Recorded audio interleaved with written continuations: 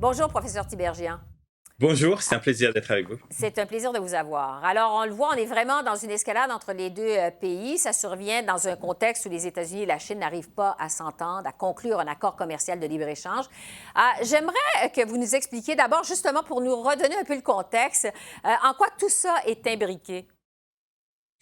Oui, alors la tension entre le Canada et la Chine est complètement dérivée de la tension entre Chine et États-Unis. Et cette bataille a été initiée par les États-Unis. C'est les États-Unis qui ont tiré les premiers. Donc le Canada ne fait qu'être un champ de bataille connexe, dans un sens, qui prend les coups en fait de cette plus grande guerre. Et dans le cas du Canada, c'est les États-Unis qui ont initié cette procédure très rare en fait d'arrestation de Madame Meng Wanzhou. C'était la première fois dans ma recherche que je trouve un cas où les États-Unis ont poursuivi leurs sanctions unilatérales sur l'Iran par l'arrestation d'une personne très haut placée dans un tiers pays et demandant après extradition. Donc c'était un coup très... Et c'est entièrement lié à la tension technologique entre les deux. Et toutes les réponses chinoises sont liées à l'arrestation de Madame Meng. Pour ce qui est du Canada. Par contre, dans le plus large contexte, donc l'administration Trump a décidé de s'attaquer à la Chine. Alors il y a une coalition entre des faucons de commerce et des faucons de sécurité. Et il faut voir qu'il y a les deux côtés qui font un peu surenchère. Du côté commerce, l'administration Trump pense que la Chine a un peu trop tiré profit du système commercial mondial, n'a pas respecté toutes les règles, même sur l'ensemble, la Chine soutient le système de l'OMC, mais ils ont un peu grignoté. Et puis de l'autre côté, les faucons de sécurité pensent que la montée en puissance de la Chine doit être arrêtée. Ils ne veulent pas accepter que la Chine devienne la première puissance économique d'ici 10 ans. Donc il y a un peu une utilisation de cette guerre commerciale pour des objectifs plus larges. Bon, avec comme résultat, évidemment, une guerre de tarifs. On augmente les tarifs d'un côté comme de l'autre. Les Américains étudient aussi la possibilité d'augmenter les tarifs sur un autre 300 milliards de dollars de marchandises chinoises. La question qu'on se pose jusqu'à maintenant, est-ce qu'on doit s'attendre à ce que finalement presque tous les produits chinois qui entrent aux États-Unis subissent des augmentations de tarifs? À ce stade-ci, qu'est-ce que vous en pensez? On s'en va Oui, vers oui, ça. si on arrive à 300 milliards, c'est 100% des exportations chinoises. Bon. Mais il faut voir que c'est pas seulement une affaire de commerce et une affaire de prix. C'est en fait, l'affaire est très grave. C'est-à-dire que si jamais les tarifs sont bien appliqués sur les 300 milliards et que 100% du commerce chinois est affecté, en fait, l'objectif américain, c'est de découpler l'économie américaine et l'économie chinoise. Et ça veut dire, en fait, initialiser la déglobalisation du monde. C'est très très important parce que c'est le cœur de l'économie mondiale, la relation Chine-États-Unis. Et il y a beaucoup d'autres pays, tout le commerce du Japon, de la Corée, de Taïwan, sont imbriqués avec le commerce de la Chine. Et donc toutes les chaînes de valeur vont être entièrement affectées dans le monde entier. Donc c'est vraiment le plus gros, le moment le plus grave pour le système du commerce mondial depuis la Seconde Guerre mondiale. Ouais. C'est la première fois depuis le 19e siècle qu'on revient à l'utilisation de la guerre commerciale comme un outil politique. Et ça peut mener à des risques de tension, même des risques de guerre. Dans le passé, quand on a découplé la mondialisation, juste avant la Première Guerre mondiale ou dans les années 30, ça a augmenté les risques de conflit. Mhm. Donc c'est vraiment une affaire très très grave. Si jamais ils n'arrivent pas à avoir un accord d'ici la date butoir, ça va être le G20 du 28 juin. Donc en gros, jusqu'au 28 juin, on va jouer un jeu de poker très très dangereux avec toute l'économie mondiale qui est en jeu. Et puis si jamais ils n'arrivent pas à un accord à la fin juin, Mhm. l'affaire va devenir très grave, quoi. On est en train de tourner une page historique. Bon, on sait que la façon de négocier du président Trump ne fait pas toujours l'unanimité. Il va souvent avec ses gros sabots. Mais d'un autre côté, la Chine est aussi critiquée parce qu'elle ne respecte pas toujours les règles de l'OMC, notamment en ce qui concerne l'accès au marché chinois, la propriété intellectuelle également. Est-ce que le président Trump a des appuis dans sa démarche? Oui, alors il a bien sûr des appuis, et d'ailleurs il a aussi des appuis dans le reste du monde, y compris en Europe, au Japon, au Canada, etc. Il y a une série de sujets sur lesquels les entreprises occidentales ont des problèmes avec la Chine depuis quelques années, surtout depuis 2012, depuis que Xi Jinping est au pouvoir. Donc ça touche au poids grandissant des entreprises d'État et donc les subventions qu'elles reçoivent. Ça touche à la propriété intellectuelle, à la tension autour du monde cyber. Ça touche aussi aux restrictions envers les investissements étrangers en Chine. Je dirais que ça, ce sont des problèmes de niveau 2. C'est-à-dire que ce ne sont pas des problèmes de niveau systémique, puisque la Chine, au niveau systémique, accepte l'OMC.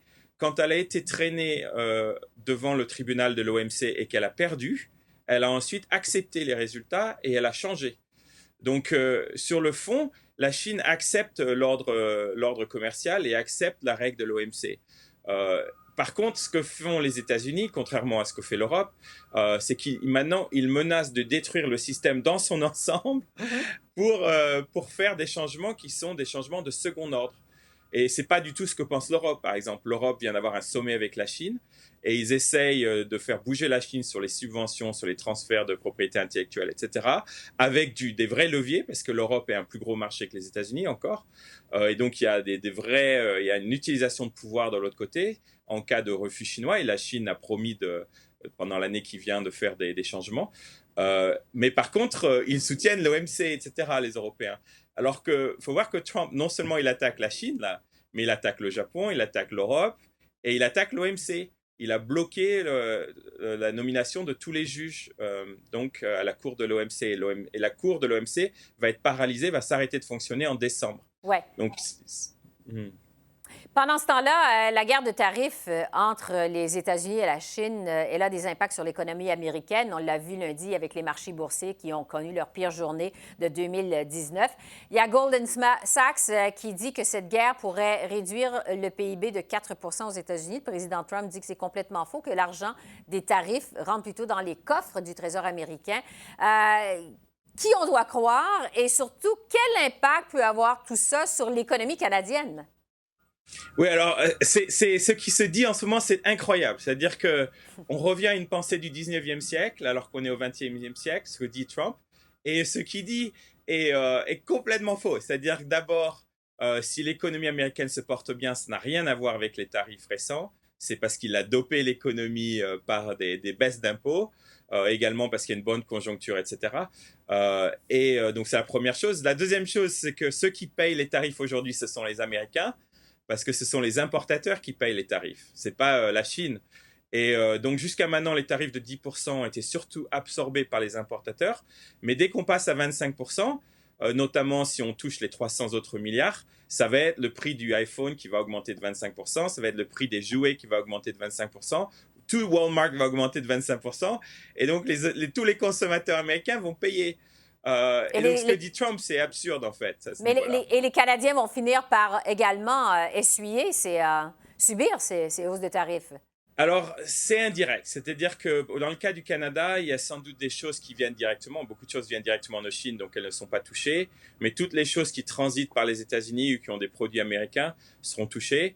Mais tout ça, c'est secondaire par rapport au risque sur l'économie mondiale dans son ensemble. Ouais. Que s'il y a une véritable guerre commerciale, si on commence à découpler les économies chinoises et américaines, le commerce mondial dans son ensemble va baisser. La bourse va s'écrouler, la croissance mondiale va s'écrouler, et ce sont ces effets systémiques qui vont tomber sur le Canada. Personne ne peut réchapper à une guerre commerciale sino-américaine. C'est pas rassurant de vous entendre, en tout cas. Le conflit, donc, pourrait prendre de l'ampleur, entre-temps, avec en toile de fond les négociations pour un accord de libre-échange américano-chinois. Quelles seraient, je vais terminer là-dessus, les grandes lignes d'une entente qui pourrait être acceptable d'une part comme de l'autre? Alors, ce que j'entends dire des deux côtés en ce moment, c'est que la position de négociation américaine, c'est tout des bâtons et aucune carotte. Donc, c'est très rare. En diplomatie, on sait bien que ça ne marche pas, quoi. C'est diplomatie 101. Si on arrive avec un énorme canon et on dit je vous tue si vous ne faites pas les 25 choses suivantes, et il n'y a rien pour sauver la face de l'autre côté, c'est très rare qu'un pays de l'autre côté accepte ça. Donc aujourd'hui, ce qu'il faut, c'est que les États-Unis acceptent de baisser un peu leurs demandes maximalistes. Tant qu'ils sont maximalistes, ils n'auront pas de chance de réussite. Il faut voir ce qui se dit en Chine aujourd'hui. Le média chinois, même la télévision nationale, ont dit que la Chine est menacée comme pendant la guerre, que c'est devenu une guerre du peuple, que la Chine dans son ensemble est maintenant sous une menace sans précédent. Donc on est en train de rallier les troupes nationalistes en Chine. Il y a vraiment un sens de menace nationale, ça remonte à la guerre de l'opium, etc. Et ce climat-là est pas bon du tout, quoi. C'est un climat très, très dangereux. Et donc, il faut qu'il y ait un compromis. Et le compromis ne pourra se faire que si Trump et Xi Jinping se rencontrent et que si Trump, d'une part, comprend que ces tarifs sont très mauvais pour les États-Unis. Pour l'instant, il adore les tarifs. Il ne veut pas s'en séparer. Et ensuite, qu'il accepte un compromis où il y a un peu du gagnant-gagnant. Et donc, il reste une chance, peut-être, je sais pas, 60% de chance, parce que il y a trop qui est en jeu. Mais il y a quand même une bonne chance que ça marche pas, quoi. Oui, mais surtout que, comme du côté américain, le président est plutôt imprévisible. C'est pas évident de savoir où est-ce qu'on va aller. Mais en tout cas, entre-temps, vous nous avez éclairé. Merci beaucoup, Yves Tiberghien, professeur à l'Université de la Colombie-Britannique. Merci. Merci, c'était un plaisir d'être avec vous. Merci, au revoir.